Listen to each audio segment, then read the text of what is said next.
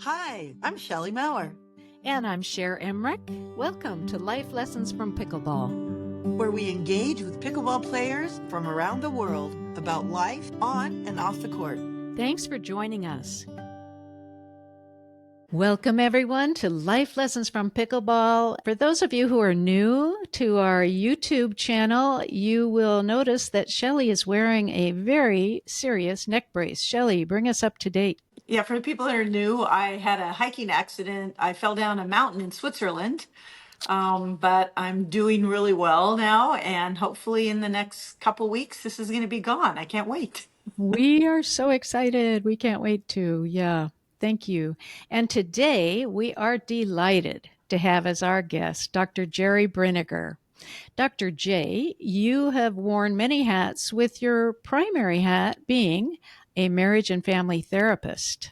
Dr. J, you're also a USA Pickleball ambassador. I see you're sporting that on your shirt today, who helps grow the Athens, Georgia community, and a decorated senior competitor with more than 100 tournaments and 139 medals. Wow. Wow. Ooh.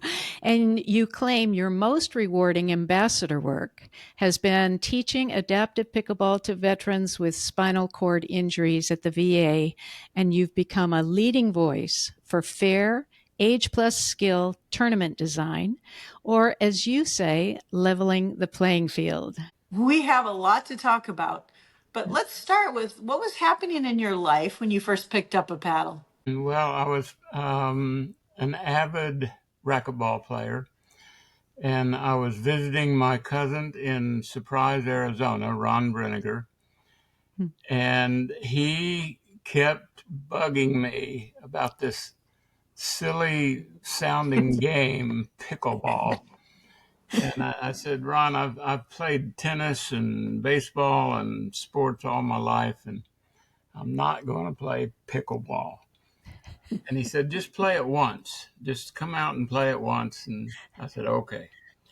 And I went out, and all it takes in this game is one. And Yep. I was hooked. I was just hooked.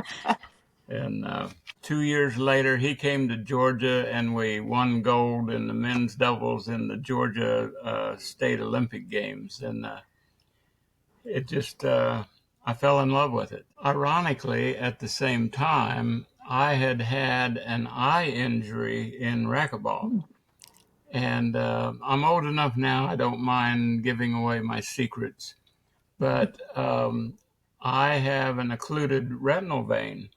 And so I have double vision in my right eye. And I had to learn to see two balls coming at me. Oh, Of course, they get closer as they get to me, and I've learned to hit the ball on the left. It was just a nice substitute. Racquetball was kind of seen its day with my eye injury and all. So wow. it's worked out very well for me. I've loved it. Well, that's impressive. I have lost the vision, central vision of my right eye, but so I don't see two balls, but I have to be sure my left eye is looking at the ball. Or I'm Yeah. definitely going to miss it. But watching two balls and having to choose which one to hit, I think that's pretty darn impressive. Yeah. You get used to it. The one on the left, the one on the left. Oh my gosh. So you've mentioned that your most rewarding work is working with adaptive athletes. And we love that our previous guest, Twyla Adams, Oh, was yeah. one of in your first class. And so tell us about your work with adaptive athletes. Well, I got this call from the VA asking me to do this workshop for, at the time they were called rock and rollers. Um, it's become adaptive pickleball players, but for spinal cord injured veterans. And I agreed.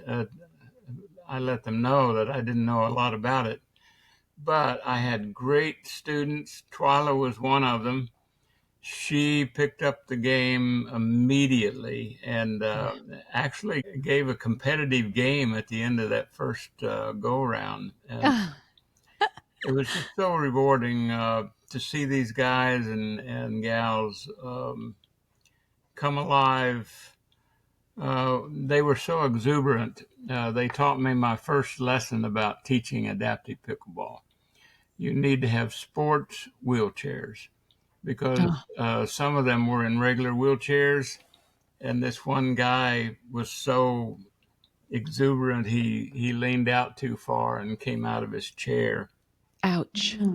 And so we learned you need to have a seat belt and you need to have the wide wheels for safety. And it's been a lot of fun. Twyla and I have taught a couple of classes since then. She has become an ambassador also, Yeah. and good friends. I just really enjoy it. I still don't know why they asked me, but they did. And I'm glad to be involved in it. It's just a wonderful, wonderful experience to see the joy come alive in some of these wounded lives. Yeah. Has been very rewarding. Well, and to see them have such purpose and Yes. a community and so much fun. Yeah, reason to get out of the house. That's so rewarding. So, what are a few things that you've noticed in addition to realizing that sports wheelchairs are necessary? Um, what are some things that most clubs could do to be more available to adaptive athletes? Well, they can hold workshops open to adaptive players in their community and just get the word out. And you'd be surprised. They have basketball leagues, they have tennis leagues. So the adaptive players are out there. It's just a matter of local clubs recognizing that and organizing. Like our local board supported the last workshop that Twyla and I did here in Athens. And we had a full capacity crowd. And to see the enjoyment of the non adaptive helpers is also rewarding because if they're not in some corner in with tears of compassion, they're out there playing their hearts out and learning that hey, don't take it too easy on these folks. They're athletes in those Yes, chairs, they are. and Twyla is one of them. She's an incredible pickleball player. Plays often with able bodied. Is that the term now? What's the term for non adaptive athletes? Ambulatory, Ambulatory? um, I guess non-adaptive. For non-adaptives, yeah, non-adaptives. And are there different rules for adaptive pickleball? Oh yes. Or Um, can you share some of those? well, they have a 2 bounce rule, and Oh, they're the front wheels of their sports chair can go into the kitchen. Uh-huh. Their wheels can go outside the lines when serving, and but there's a whole section of adaptive pickleball rules on the USAP.org site. Nice. And other than that, it's basically the same rules. Stay out of the kitchen. Uh, No yeah, overhead serves. that's yeah. right. That's right. I think there are other, adaptive pickleball has been very rewarding for me, but I think the most rewarding experience that I've had is we had a player here in Athens who was 93 or 94 years old, Jim Congalos, and he kept playing almost to the day of his death. Wow. And he was my buddy, and I had played in a tournament with him just to let him have an experience of playing in a tournament. And we only won 1 game in that tournament. But if you'd have seen him, you'd have thought we'd won the World Series. Oh. His last game, he came to the Thomas Lay Center here in Athens, and he came in with a walker, very, very, just really having trouble. But when he got inside and his wife handed him his paddle, he put that walker in the stands, came out on the court as my partner, and thanks to some gracious opponents, he hit the ball several times and we won.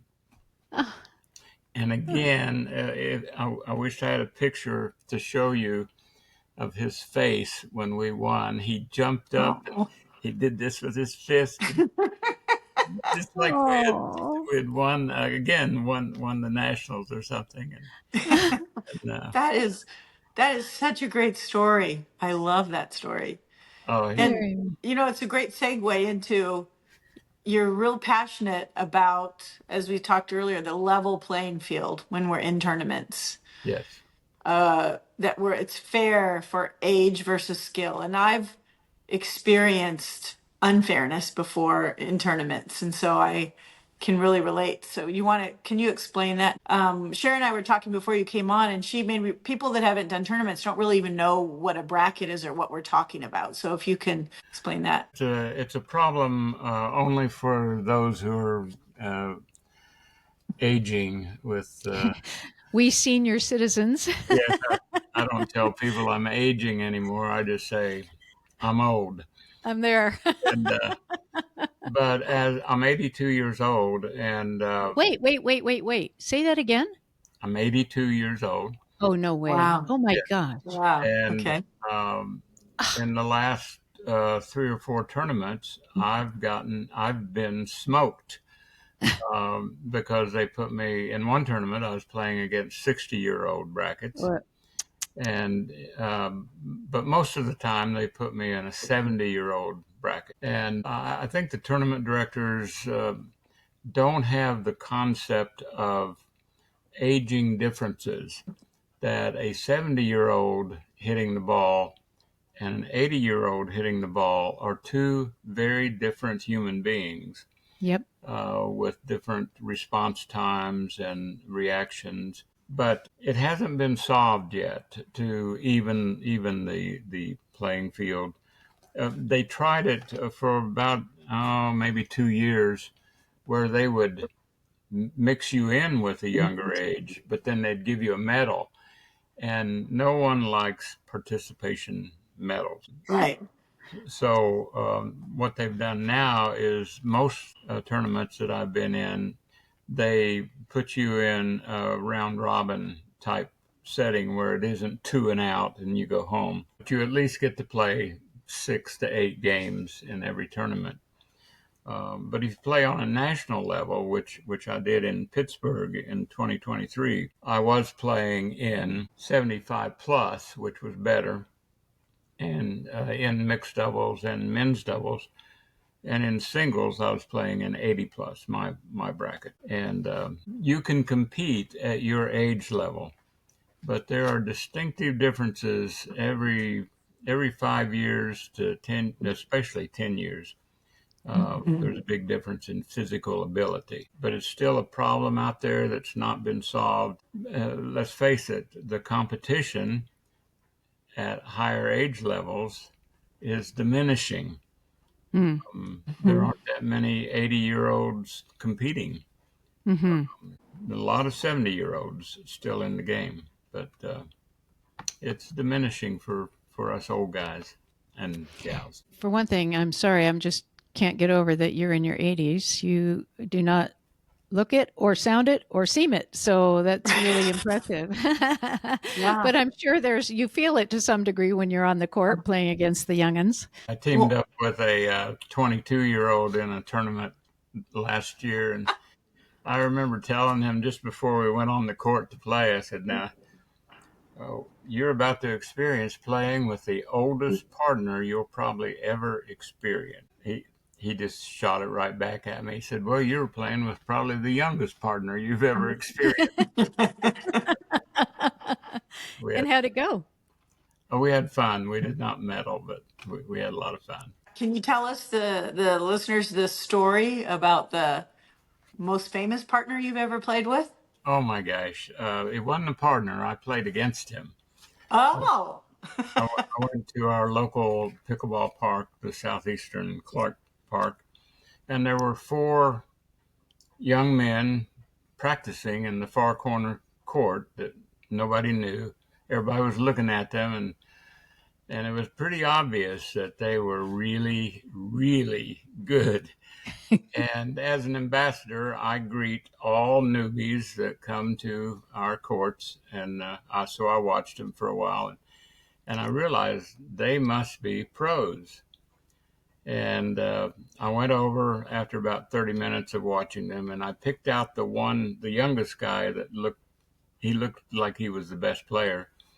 And I said, "Would you mind showing an old guy a fast serve?" And he said, "Sure." And I said, "Why don't we just play a singles game to 3 points?" And he said, "Okay."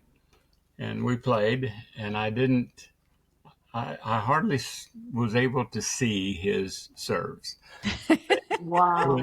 Let alone hit it. It was unbelievable. And usually I hit a winning shot in the far corner where he wasn't. And he got it Aye. and returned it like it was popcorn. And so when we were walking off the court, I said, I have a hearing loss son. I'm sorry. What did you say your name was? And he said, "I'm Ben Johns." Oh, no way. That's what I said. Well, that's not what I said, but I said I couldn't believe it. And then he introduced me to Dekel Bar, who's the number one player in Israel, Yeah. and number 5 in the world at that time. And Rob Nunnery, a pro, was there, and I forget the fourth person, but I like to tell people, "Hey, Ben Johns only beat me by 3 points." And you don't have to tell him the game was only to 3. I Well, love that. almost everyone has. Yeah, he is such a wonderful young man. I don't think the pros have changed him any. He's still so gracious, but he is so good. He is. If you He watch is. him play, he's entertaining to watch. He's just Yeah. unbelievable. A year later, he happened to be warming up on this way back court where no spectators can get. That's where they put the old guys, nobody's there to watch us play. And so he's way back in this isolated court, and I get that court assignment.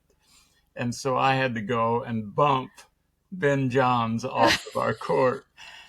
And he was very gracious and took another picture and all that stuff. And I've run Oh, into him at other tournaments too. And he's always so polite and just a fine young man. Can't say enough good about him. that's really good to hear. I saw a recent interview that he was somewhere overseas and being interviewed in Malaysia, I think, and he was talking about how important it is to have balance in our lives, to not just be about the sport, but also to have time off, to be with family and friends. I really appreciated that he wasn't just all about the win, win, win. And that certainly seems the way he is on the court, too. He just seems really gracious. Yeah. So I'm glad to hear that you had that Yeah. experience with him. That is.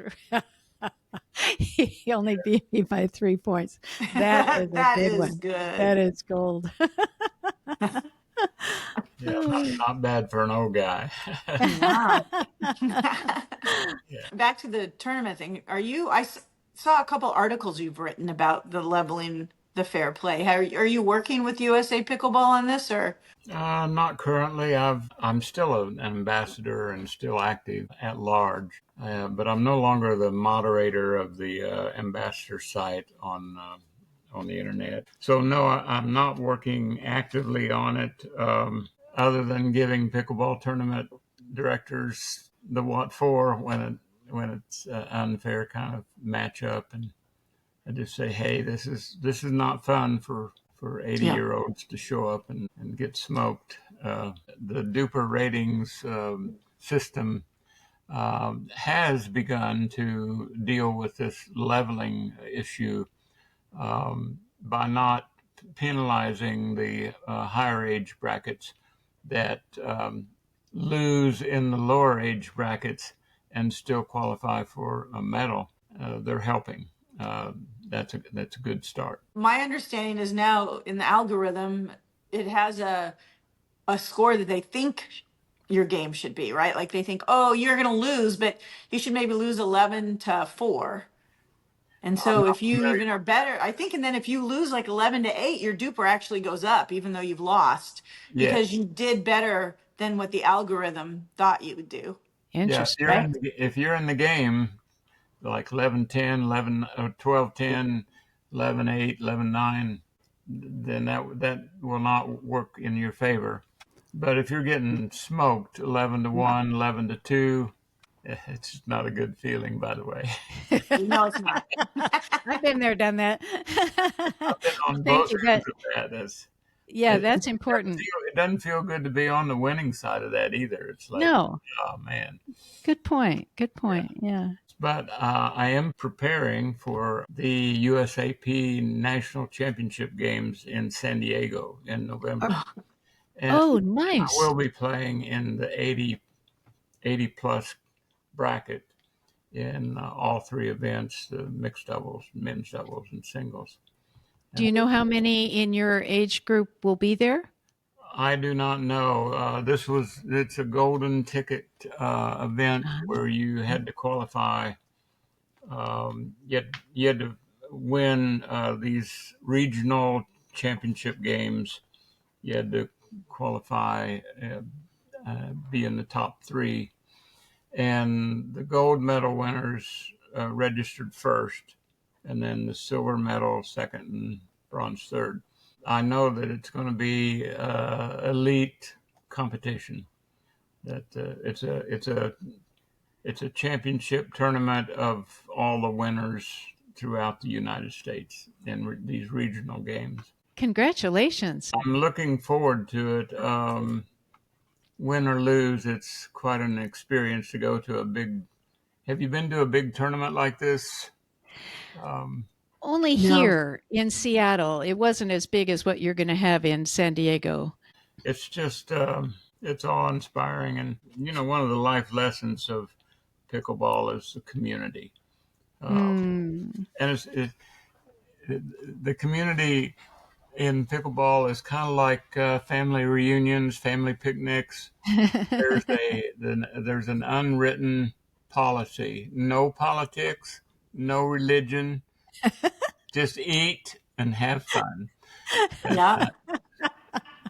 I think that's fantastic. Yeah. Yeah, and how perfect segue, because I was just going to ask you, in all of your adventures, what life lessons have you gleaned, either that they're life lessons that you had in life that you find yourself using on the court, or lessons that while you were playing you thought, whoa, this is something I really need to incorporate into my life. Can you share some others? Well, there's an old Scottish proverb that says, "Be happy while you're a living, 'cause ye be a long time dead." And I think one of the life lessons is you're never too old to have fun. It's just an open community to all skill levels, all people. Everyone's welcome. No one asks you when you go out to play pickleball, what's your nationality? What's your ethnic group? What do you do for a living? I looked up one time playing this couple, and it was my neurologist and his wife. And I caught him off guard. I beat him. It's the only time. And I got my heart doctor to play, and I got my gastroenterologist, his wife. They play, and I try to get every doctor that I see to play. I love that. So, Uh, adaptive athletes and doctors, those are your focus. yeah, yeah.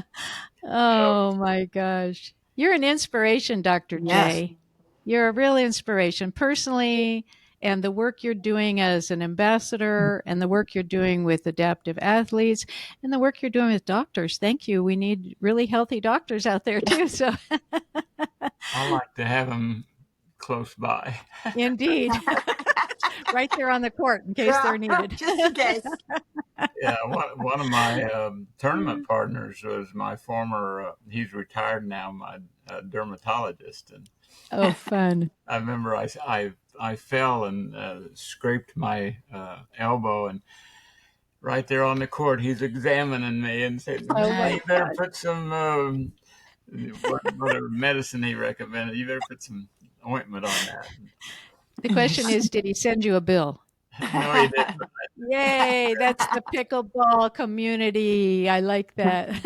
I told him, David Lockman, I told him, David, we're partners here. I'm not in your office. Right on. That's so cute. That's so cute. So how can people find you online? drjbrinegar.com. Yeah, because I think people might also want to be in touch with you about how to advocate for the level playing field, like you're suggesting in brackets and all. And so it'd be great if there were some huge petition or something that could get the attention of the people who are running the brackets and all, and just kind of make it a thing so that it's expected. I think that's a good point in terms of younger ages. I'm not sure a level playing field is going to be possible for the 80 plus crowd, because Maybe. it really is a diminishing age. Uh-huh. But definitely for the 70-year-olds, 75-year-olds, And I can 60s. be reached. Probably the best way to reach me is to type in Dr. J, Athens, Georgia. And Dr. J, Athens, Georgia. yeah, And they'll find you. my site pops up all over the place. Very cool. Yeah. Well, Dr. J in Athens, Georgia, we thank you very, very much for being our guest. You're just a wonderful guy, and we love your connection with our beloved Twyla and with all the work you're doing. Thank you very, very much. Thank you for having me. I really appreciate it. And we thank you all for tuning in. Share this with everybody you know, my gosh, and help the brackets level the playing field and embrace those of all ages, all abilities, and every background, because it's just all about having fun on the court. Thank you all, and we look forward to a new conversation next week. Bye-bye. Bye-bye. If you love our podcast, we'd be so grateful if you'd take a few seconds to follow or subscribe to Life Lessons from Pickleball. This ensures you'll never miss an episode and helps us continue these wonderful conversations. On Apple Podcasts, Spotify, or wherever you listen, go to the show page and tap the follow button in the top right corner.